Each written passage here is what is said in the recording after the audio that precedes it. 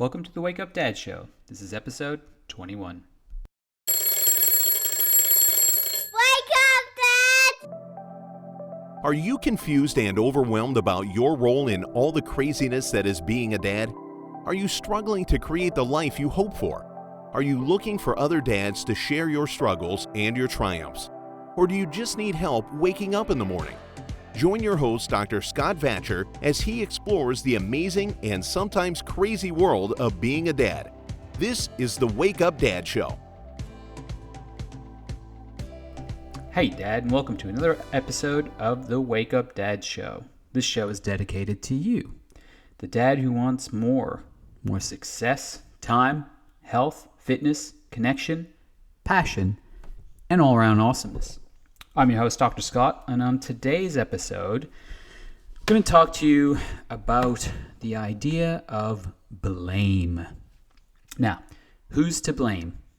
When something goes wrong in your life, like it does every day, like it does mine, because blame is relative and going up and down is relative, isn't it? So no matter where you are in life, if you've got an up, expect that there's going to be a down coming soon enough. And if you're going to be down, if you look for it, expect that there's going to be an up to balance things out, because life is always in balance.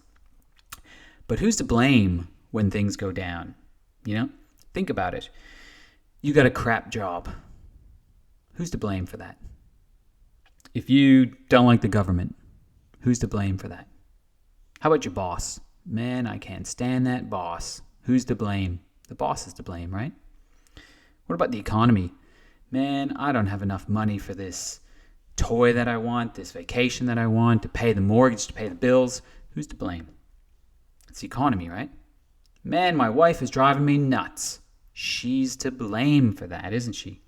Man, what about the kids? They're driving me crazy. Who's to blame? The kids are to blame, of course. What about your parents? It's easy to blame your parents, isn't it? Well, I'm not the dad I want to be because my dad wasn't the dad he wanted to be, and I blame him. Blame your upbringing. Maybe it was both your parents. Maybe it was your mom. Maybe it was your dad. Maybe it was somebody else who helped bring you up. But really, guys, guess what? When you ask the question, who's to blame? You got to blame yourself. Let's go back again. Your job. Do you need to be in the job that you're in right now? Do you need to be? Are you forced to be in that job? Does somebody have a gun to your head about that job, staying in that job? No, of course they don't. So your job situation, you're to blame for. In today's world, you don't really have to do anything, do you? I mean, abide by the law so you don't go to jail or something like that. But generally speaking, we don't really have to do very much. The choices that we get, the idea that, and this is a very true concept, is that we get to choose almost everything we do right now. So we want to blame other people and things and society for what's going on and what's going wrong with us. But in reality, we got to fess up, we got to own it, and we got to blame ourselves. Nathaniel Branden, the godfather of self-esteem. If you haven't heard of him, go check out his book, The 6 Pillars of Self-Esteem. You can get it in hard copy. You can get it in audiobook. There's no reason or no excuse not to have this book listened to or read and have it up your arsenal of awesome things in your life to really help change things. So he talks about the 6 pillars of self-esteem. Now, there's one in particular that I really, really love, and it's the pillar of self-responsibility. He calls it the practice of self-responsibility, because all 6 pillars, and I'll probably go into those in a different episode, a different podcast, and just talk about all 6 because they're incredible. But for today's episode on Who's to Blame, I'm going to talk about just one of them. That's the pillar or practice of self-responsibility. Guys, no one is coming to save you. No one is coming to fix your life.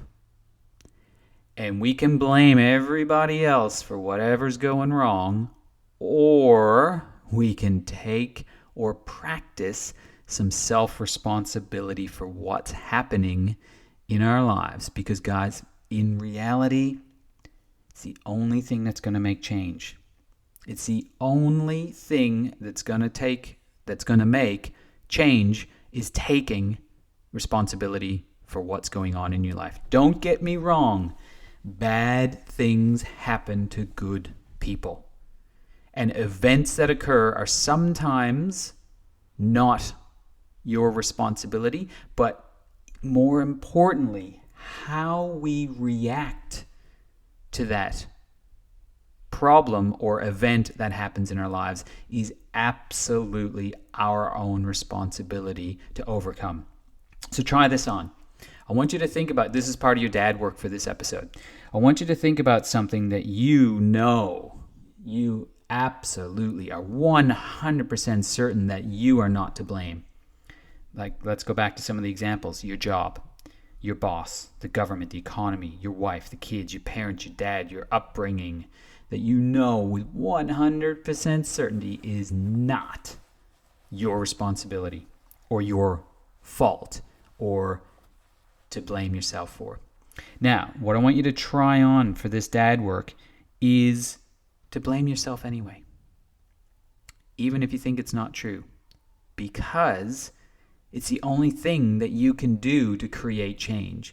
By blaming other people, other situations, just anything besides yourself, it completely takes your power away to do anything about it. So guys, that's around your dad work. Think about the 5 P's of dadhood and think about which one of them are you blaming other people for. So is it your purpose? Oh, I don't have time, so you're blaming time. Is it your power? Again, I don't have time to be fit, to be healthy, to lose that extra weight. Is it your parenting? Is your providership? The boss, the job is just not making enough money for me.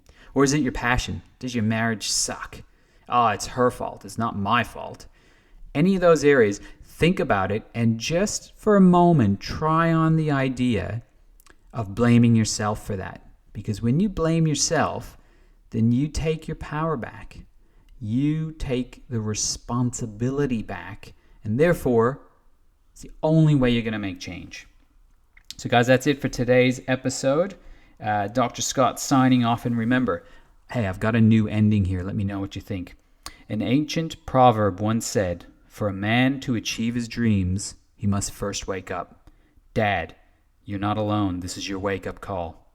We're in this together. All for one, one for all. So guys, if you get anything out of these episodes, please share it. It's actually, I think, a responsibility of yours. These episodes are free and available to anyone. All you need to do is, if you're listening to this episode right now, click the share button and share it with another dad that you know that could get something out of this. And check out the website, www.thewakeupdadshow.com, and subscribe to the email list so that you can get updates and put yourself in on the world map, because I have a goal of having every single country in the world covered. I think I'm up to about 29 countries around the world now that have listened to the podcast. That's pretty cool. Getting there. That's about 20%, I think, so far. So guys, talk to you next time. Do you want to know more about the Wake Up Dad movement? Go to www.thewakeupdadshow.com to download any and all past issues of the show, claim your free gift, or to directly ask Dr. Scott any questions you have. Continue the conversation on the Facebook group Wake Up Dad. Share this podcast with other dads on iTunes or Google Play. Make sure to subscribe to the show and give us a rating so we can reach more dads. And dads, one last thing. Wake up!